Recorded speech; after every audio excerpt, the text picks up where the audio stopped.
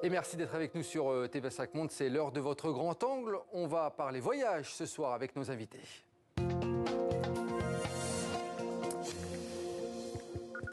Car ce soir, on va s'interroger sur nos manières de voyager. Sommes-nous trop nombreux justement à voyager aux mêmes endroits dans le monde? On entend parler de plus en plus de surtourisme. Certaines villes s'en inquiètent. Alors, comment y faire face? Est-ce vraiment la réalité du terrain? Pour en parler, on a avec nous en plateau l'un des meilleurs observateurs des tendances voyage en France et à travers le monde, Gavin Clemente Ruiz. Vous êtes secrétaire général des célèbres guides du Routard. Et puis dans un instant, nous serons également en ligne avec une autrice qui a sorti un livre sur son tour du monde à pied et à vélo. Elle s'appelle Caroline Moirot. Caroline, on va venir vous voir dans un petit instant. Je commence avec vous, Gavin Clemente Ruiz. Cela fait combien d'années désormais que vous avez commencé à entendre parler de surtourisme? C'est nouveau, ce terme? Non, c'est pas nouveau. C'est vrai que chaque année, on entend parler de ce phénomène. Ça fait 4-5 ans, on a vu pas mal de paquebots arriver à Venise et qui se déversaient. Et donc, c'est vrai que ça a posé quelques petits soucis sur place, en effet. Et puis, il y a eu l'effet aussi à Barcelone, où on a vu qu'il y avait un sentiment anti-touriste parce que la ville était envahie que par des locations saisonnières et les Espagnols ne pouvaient même plus se loger. Bref, c'est un souci qui arrive, qu'on entend assez souvent quand même tous les ans. C'est pas nouveau. C'est pas nouveau, c'est pas un phénomène nouveau. Alors, on résume, hein, trop de monde au même endroit, au même moment, une surfréquentation des sites qui détériorent vie et écosystèmes locaux, c'est un petit peu ce qu'on reproche effectivement à ce surtourisme. Ouais. Quand on travaille dans un guide de voyage comme le guide du Routard, comment on aborde cette problématique pour ne pas envoyer les gens justement au même endroit et au même moment? C'est justement cet outil qui est ce guide de voyage, ce Routard, qui nous permet de bien sûr citer les sites les plus emblématiques. Alors on parle de Venise, je ne peux pas passer à côté de la place Saint-Marc, on sera obligé d'en parler. Mais justement, l'utilité du guide, c'est de dire que juste à côté, vous pouvez contourner cette place Saint-Marc et il y a peut-être une petite église juste derrière. Nous, on appelle ça le pas de côté. On a créé une rubrique vraiment notifiée, exactement, vraiment, avec un petit symbole qui vous indique c'est le pas de côté. À chaque fois, dès qu'on a des sites, mais ça peut être dans les sites les plus touristiques, comme la place Saint-Marc, je prends cet exemple, mais si on va au Mont-Saint-Michel, si on va vers la dune du Pilat, à chaque fois, on a un petit pas de côté. Ça sera peut-être pas l'endroit le plus touristique, justement, mais ça vous apportera une autre perspective pendant votre séjour de voyage. Mais Gavin Clemente Ruiz, imaginons si dans quelques années, tout le monde fait ce pas de côté, c'est-à-dire que tous les endroits un peu inconnus... On en aura encore d'autres, parce qu'en fait, c'est tellement riche, en fait. C'est vrai qu'on dit que 95% de la population se dirige sur 5% de la planète. Mais ça, c'est un chiffre important à rappeler. Ouais, c'est vraiment, on dit que c'est le chiffre en ce moment quand on parle de surtourisme. Ça laisse quand même de la place. Il y a quand même 95% d'autres sites à visiter. Donc, franchement, acheter des guides, je crois que c'est la meilleure solution parce que vous aurez des solutions pour aller voir ailleurs. Pour aller voir ailleurs. Tout simplement. Alors, en attendant d'acheter des guides et aller voir justement ces villes inconnues, il y a quand même certaines villes qui sont vraiment confrontées à ce surtourisme. Vous connaissez bien la Bretagne, vous connaissez bien l'île de Bréhat. Il y a beaucoup de monde qui se rendent à l'île de Bréhat chaque année. L'île de Bréhat qui a essayé justement de faire face à ce surtourisme. Je vous propose de regarder ce reportage de nos confrères de France Télévisions. En période estivale, l'île de Bréhat fait le plein. Des pics à 6 000 visiteurs par jour qui ont poussé la municipalité à réguler les arrivées sur l'île. Depuis ce matin, un décompte est fait avant de monter dans la navette. Une mesure comprise par ces vacanciers. Il peut y avoir des jours où il y a des grosses affluences. Je pense que c'est une bonne chose pour l'environnement. Je trouve que c'est une bonne chose de réguler pour tout le monde, pour les habitants du bourg et de l'île. Je trouve que c'est logique. À partir d'aujourd'hui et jusqu'au 25 août, en vous souhaitant une très bonne journée sur Bréhat. Un arrêté municipal limite les arrivées des touristes. Seulement 4 700 personnes pourront venir à Bréhat entre 8h30 et 14h30. Le reste du temps, l'accès reste libre. Pour Olivier Carret, le maire de Bréhat, pas question de faire fuir les touristes. L'enjeu est de préserver l'île, classée depuis 2020 comme site naturel protégé. Il faut imaginer que la lande était continue et qu'il n'y avait pas toutes ces roches apparentes. Ces roches apparentes, elles sont le résultat des piétinements par milliers des gens qui vont au phare du Pan. Les grosses journées, c'est plus de 3000 personnes qui vont venir voir le phare et donc passer par ce chemin qui nécessite d'être réaménagé complètement. Une année entière de discussions avec les professionnels du tourisme. Nombreux sont inquiets de voir leur chiffre d'affaires baisser avec cette mesure. Olivier Sauvage n'est pas opposé à la régulation, mais regrette une mise en place trop rapide. On a des commerçants qui vivent sur 7 mois de l'année, une saison. Aujourd'hui, on est sur un quota de 4007. L'inquiétude, c'est on ne sait pas si on va encore le baisser, si on va l'annuler. Il y a toute une part d'incertitude. Un bilan du dispositif sera fait à la fin de l'été. Pour le moment, Bréa est la seule île bretonne à instaurer des quotas de visiteurs. Gavin Clémenté-Ruiz, il y a Bréa en Bretagne, mais il y a d'autres villes, notamment dans le sud de la France, qui mettent en place ces quotas. Ça marche ? Selon vous? On va voir le résultat. Ça vient d'être installé. Il y a les calanques aussi. Il y a certaines calanques qui sont restreintes. On verra si c'est une solution. Pourquoi pas? Est-ce que vous pensez que c'est une bonne chose quand même de limiter par le nombre? Je pense que c'est peut-être utile en effet si on est tous agglutinés comme ça. Est-ce qu'on a un plaisir à voyager? Non, je pense pas. En effet, il faut aller voir ailleurs. Il n'y a pas que Bréa.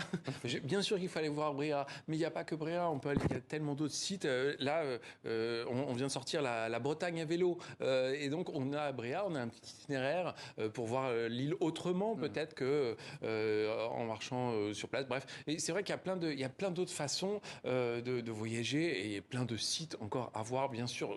Franchement, il y a une inquiétude, certes, mais il y a tellement d'espoir, surtout de se dire qu'il y a tellement de sites à voir encore. Et vous le disiez, Gavin, il y a beaucoup de manières de voyager. Justement, on va être en ligne avec Caroline Moirot, parce que vous allez voir, elle est formidable. Elle a vraiment sa manière à elle de voyager. Imaginez 8 ans de voyage à travers le monde, à pied et à vélo notamment. On a évité au maximum l'avion, au maximum les bateaux. Bonsoir Caroline Moirot.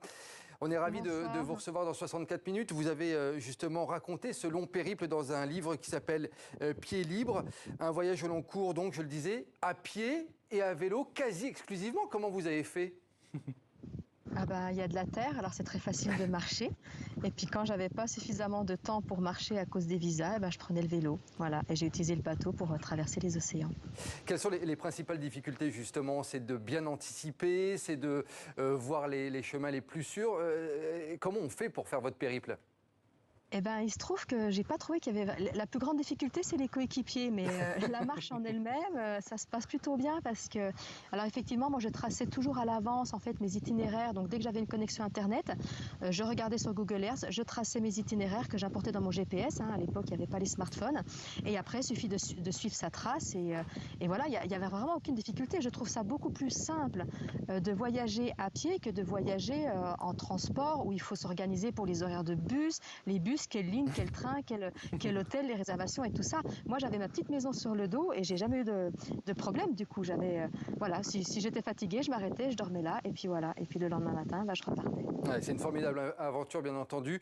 Je suis obligé de vous poser la question. Quels sont les pays qui vous ont le plus surpris sur votre itinéraire? L'Iran. L'Iran. C'est le dessus du panier. C'est un pays que j'ai vraiment adoré et où j'étais surprise, mais quotidiennement en fait. Je m'attendais pas à ça. J'avais quand même lu 2-3 choses avant d'arriver, mais je m'attendais pas à autant de... Ça m'a surpris à tous les niveaux, aussi bien sur le plan humain, en termes d'hospitalité, je crois que j'ai jamais vu ça, et sur la culture, l'histoire, l'architecture, l'artisanat. J'étais assez bluffée par ce pays, quand bien même j'ai aimé tous les pays, bien sûr, que Gavin, vous avez une question peut-être pour Caroline? Non, je trouve que c'est le pas de côté parfait. Là oui, c'est les pas de côté parfaits. Ce ne sont que des pas de côté, bravo. Et vous êtes où, juste là, en direct, là, on vous voit, mais vous êtes Alors là, en direct, j'ai pas eu le temps de rentrer chez moi, donc je suis à 10 minutes de chez moi, je suis à Saint-Germain-du-Bois, en Saône-et-Loire. Moi, j'habite dans le Jura. Et je suis à côté du petit lac de Saint-Germain-du-Bois. Voilà. Et là, je crois que le surtourisme, il n'y a pas. Il n'y a pas de surtourisme, effectivement. Caroline Moirot, j'avais juste une dernière question à vous poser. Comment vous avez géré votre retour en France après 8 ans sur les routes comme ça? Ça doit être très compliqué. Alors ça n'a pas été compliqué une fois que je suis rentrée parce que j'étais déjà rentrée dans ma tête, mais il m'a fallu 3 ans pour prendre la décision. À partir du moment où j'ai senti dans mon cœur que c'était temps de faire autre chose, il a fallu du temps avant que je l'annonce sur Facebook, et entre le moment où j'ai senti qu'il fallait que je rentre et le moment où je suis réellement arrivée à Marseille avant de retourner chez moi à pied, il s'était déjà passé au moins 2 ans et demi, 3 ans. Donc quand je suis rentrée, en fait, dans ma tête, j'étais déjà rentrée, donc le retour, c'est très bien fait. Ça a été très bien fait. Et je suppose que vous avez hâte de repartir. Merci beaucoup, Caroline Moirot. Je rappelle cet excellent livre, hein, Pieds libres, 8 ans autour du monde. Il est passionnant, il y a beaucoup de photos. Bravo pour ce beau périple et bravo pour ce joli livre. Merci à vous, Caroline. Kevin Clemente-Ruiz, on a vu hein, l'exemple de Caroline qui n'a voyagé quasiment qu'à pied ou qu'à vélo. Elle n'a pas pris l'avion, c'était son souhait. On entend de plus en plus une petite musique qui dit... Attention, l'avion, ça va être réservé de manière parcimonieuse maintenant. C'est vrai que ça va. Alors, il y a le côté environnemental. En effet, on fait attention à notre empreinte carbone. Puis il y a le côté tarif. Hein. C'est quand même très très cher de voyager aujourd'hui. Quand on voit les tarifs aériens, c'est quand même le prix est vraiment pas donné. Donc oui, ça va devenir. Il y a aussi ce Flixcam, vous savez, on pénalise les gens qui prennent l'avion. Bon voilà, il y a des avions. On attend encore les avions électriques. Là, j'étais au Bourget il y a quelques temps à Paris, à côté de Paris, au Salon mondial de l'aviation, et j'ai pu voir des avions qui ressemblent à des albatros. Donc je rêve de ces avions qui consommeront. Mais vous croyez à un quota un jour de billets d'avion par année, voire par vie? C'est évoqué. En effet, on a pu voir aussi la première ministre française, Elisabeth Borne, qui nous a dit non, je suis contre ce genre de restrictions. C'est vrai que se restreindre au voyage, se restreindre à l'ailleurs, c'est compliqué. Mais il n'y a pas que l'avion.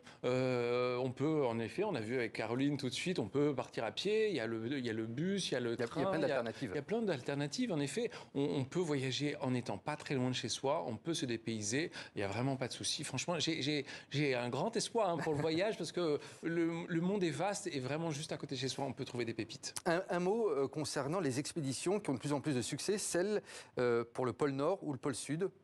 Qu'est-ce que vous en pensez, vous, au guide du routard? Est-ce qu'il faudrait les réguler, selon vous? Là aussi, il faut voir comment elles sont réalisées. Moi, je suis beaucoup Mathieu Torder, que j'aime beaucoup. C'est un jeune explorateur. Suivez-le sur les réseaux sociaux, vous verrez. Là, il rentre d'Islande, j'ai vu ça. Il est souvent au pôle. Il est magique, cet homme. Il est très respectueux. Il part avec très peu de choses. Il respecte tout ce qu'il fait. Voilà, il raconte ses expéditions.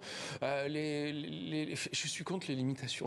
Je pense qu'il faut... Pour la liberté totale. Oui, le voyage, c'est la liberté quand même. Alors, bien sûr, il faut être raisonnable, bien sûr, il faut ramasser tout ce qu'on traîne derrière soi, il faut raison garder, bien sûr. Mais après, voilà, est-ce qu'il faut restreindre?